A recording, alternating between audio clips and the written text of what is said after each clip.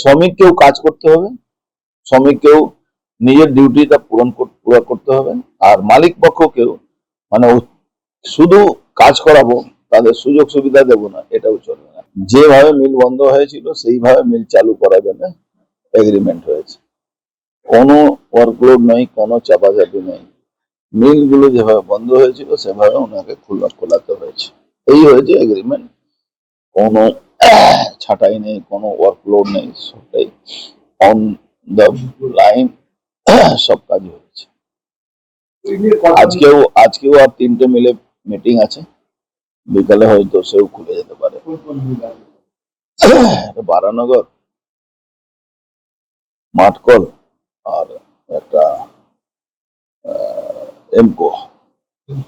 18টা jute mill বন্ধ ছিল, এটা নিয়ে 3টে খুলে গেল, আর আজকে হয়তো 3টে আরো হয়ে যাবে। কালকে ভারত জুট মিলের মিটিং হয়েছে, ভারত জুট মিলে ব্যাপকভাবে ধাঁধলি হচ্ছে।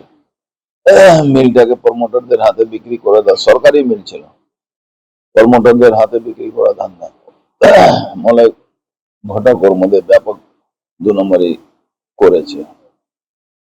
তো চলছে, আমরা আশা করি 10 তারিখের মধ্যে প্রায় সব জুট মিল খুলে দেওয়া যায়। জাদুর কোনো ব্যাপার নেই, আপনাকে পরিস্থিতি বুঝতে হবে কেন মিলটা বন্ধ হচ্ছে, কারণটা কি। এই কারণটা যেদিন শর্ট আউট হয়ে যাবে মিলগুলো চালু হয়ে যাবে। এবার আমি আশা করি আমরা যেভাবে ব্যালেন্স, আমরা মিটিং এ কি করছি, আমরা জুট কমিশনার কেও ডাকছি, আমরা পিএফ কেও ডাকছি, আমরা ইএসআই কেও ডাকছি, আমরা ফ্যাক্টরি ইন্সপেক্টরদেরকেও ডাকছি, যাতে সমস্যাগুলো একসঙ্গে সলভ করা যায়। নানা রকম ডিপার্টমেন্টের সঙ্গে যুক্ত আছে, তো আজকে এর সঙ্গে, কালকে ওর সঙ্গে।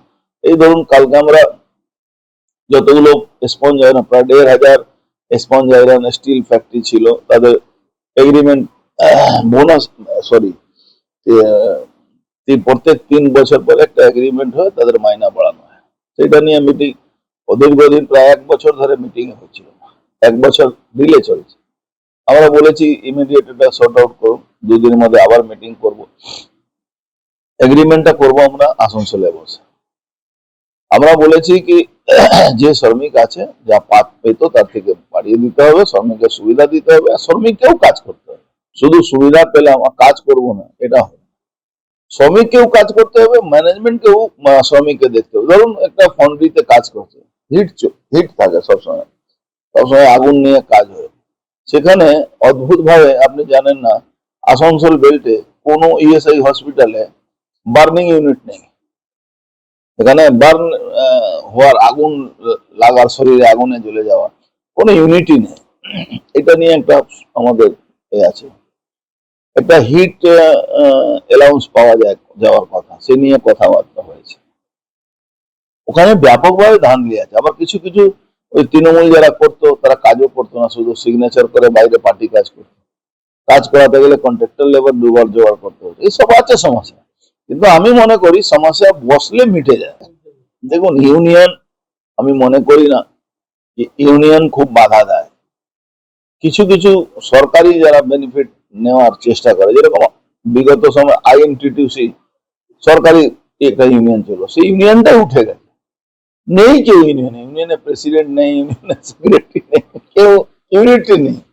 তো আমি সেটা বলছি না, আমি বলছি শ্রমিকের কাজ আর পলিটিক্স মধ্যে অনেক তফাৎ থাকে। শ্রমিককে নিয়ে ইউনিয়ন করা আর সরকারের পক্ষ থেকে একটা ব্যালেন্স কাজ করা, সরকারের কাজ হলো বোথ পার্টিকে ব্যালেন্স করে একটা টেবিলে আনা, আর সবার যাতে সুবিধা হয়, ইন্ডাস্ট্রি চলে একটা বার্তা যাবে। এই বার্তাটা গেলে কি হয়, যে আরো ইন্ডাস্ট্রি আসবে, কোনো লেবার প্রবলেম নেই, এক, এখানে কোনো গুন্ডামি নেই, 2, এখানে সমস্ত লেবার আর মালিক পক্ষ একসঙ্গে মিলে কাজ করছে, সরকার তাদের উপরে একটা ব্যালেন্সিং ফ্যাক্টর হিসাবে কাজ করবে।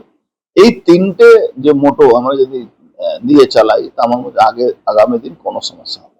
শিল্পপতিরা তো ভরসা পাবে, কেন অতদিন ধরে তো শিল্পপতিরা কোনো অ্যাক্টিভ ছিল না, ওখান থেকে পালানোর চেষ্টা হচ্ছিল, শিল্পপতিরা ছেড়ে পালিয়ে যাবে।